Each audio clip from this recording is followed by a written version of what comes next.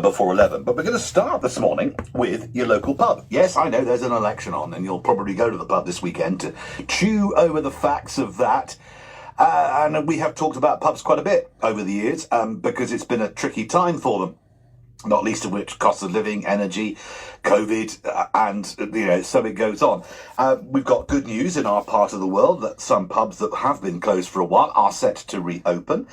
We've got a news story today about the Jolly Sailor in Hannam, which has finally been sold after 2 years. And we have good news that the Horseshoe in Chipping Sodbury has been named Pub of the Year by CAMRA in our part of the world, the campaign for real ale. The runner-up was the Merchant Arms in Hotwells. You may have been in there for a quick half. And I want to hear from you about your boozer of choice, the one you go to, or the one you've recently discovered, the best pub you've been to recently. Do share, because you may inspire others. We've got 3 days and a bit of rain coming our way, so the pub may well be the answer. Where is the best pub you've been to recently? 08000 855 949. Where is the best pub you've been to recently? You can text as well, 81333. Start that text with the word Bristol. Let's speak to the landlord of the newly anointed Pub of the Year in our part of the world, the landlord of the Horseshoe in Chipping Sodbury. That's Matt Lewis. Matt, good morning. Good morning. Thank you very much for having me on. No, great to talk to you. When did you find out? Oh, yeah. So, a little while ago now. So we had the big celebration ceremony, if you can call it that, on the 14th of May. More of a big party. But, yeah. So we probably were told only a few weeks before that. CAMRA is just a fantastic organisation, one of the biggest supporters of pubs out there. So I urge everybody to go out there and give them as much support as possible. And to have such an accolade from them is just huge. It's all done by secret vote. We didn't even know we're up for it until we got the call and say, look, you won something.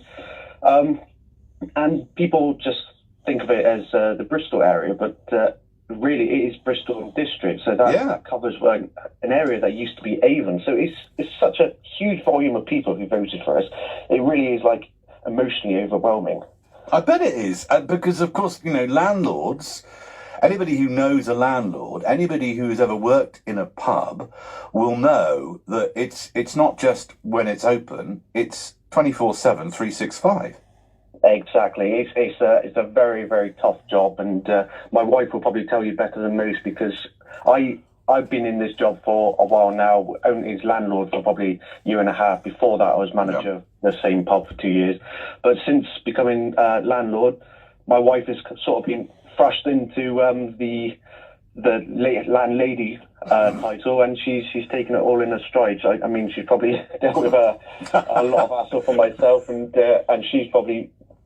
She probably wasn't as so aware of how much of a 24/7 job it was, but it really is. It's really very, very difficult. There's a lot of cliches, Matt, and I'm sure the landlady cliche of the big dangly earrings and the brows and the ready smile and all that sort of stuff. There are a lot of cliches about pubs, but what a lot of people don't understand, and we've talked about this a lot on this programme, is that sort of how difficult it is with all the what's known in business as the input costs, energy, food, buying beer and buying spirits and buying mixers to sell, to make a profit, to produce a margin. Yeah, exactly. Yeah, definitely. So there has been recently, and I won't say the name, but there was a celebrity come publican who made what I consider quite inappropriate comments, saying it's a cull of pubs. The not very good ones won't survive. But I think that's complete rubbish. I think all pubs up and down the country, and you can see it, you look up statistics of how many pubs a day are closing, all pubs are suffering. And it's why? It's not just... Why is this? I mean, it's because one of the arguments that have been talked about, Matt, for quite some time is that you can buy, cheap booze and from a supermarket or a mini mart and drink it at home, which seems a bit soulless, but that's been one of the arguments for quite some time. Exactly, and I tell you now, I don't think any of your listeners will have gone into a supermarket with an awful lot of booze in their hands and tried buying it, and nobody at the checkouts would have said, no, that's too much. But pubs instead have a duty of care, and we stick with that quite religiously. We absolutely abide by that. So you won't be able to get yourself in an unhealthy situation in a pub, and yet you're still taxed more than anything with that stupid duty tax, which was one of the highest in Europe, and yet supermarkets will sell it at a loss leader, and so I reckon you could probably sort out the NHS as well as pubs. Well, there was a story. There was a story in the last week about the cost of alcohol, and the cost of alcohol from the point of view of what it is to the NHS. The half, I think it was about. I'm doing this from memory, so I may get this wrong. So apologise if I do. I think the total cost of alcohol was estimated at around to the state of around 28 million, and about half of that was down to crime. Crime fueled by alcohol, and then there's the cost of the NHS, and then other issues as well, like days off work because people have drunk too much. I mean, that's the downside. The upside to this, of course, is that if you do run a pub and you get customers and you get this sort of recognition that you've got from CAMRA, that's good for business, isn't it? It is good. I will say that we'll admit that we have had a bit of a boom from that. That's good. Quite obviously so. So a massive thank you to CAMRA, and because obviously we won CAMRA Branch Pub of the Year, we are now up for South West. So hopefully we win that accolade as well. That would be huge. But it's.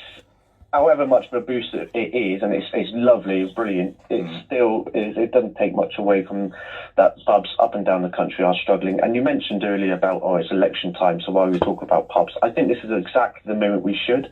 Pubs are huge, like they're staple to Britain. Everybody in Britain absolutely loves a pub, so we should be voting with pubs in mind. There will maybe a good a reason as many for putting X marks the spot on the 4th of July. Matt Lewis, congratulations on your achievement, and have a good bank holiday weekend. I really do. I hope you do. Thank you for joining me this morning. Thank you, Andrew. Take care. Thank you. Cheers. Call 08000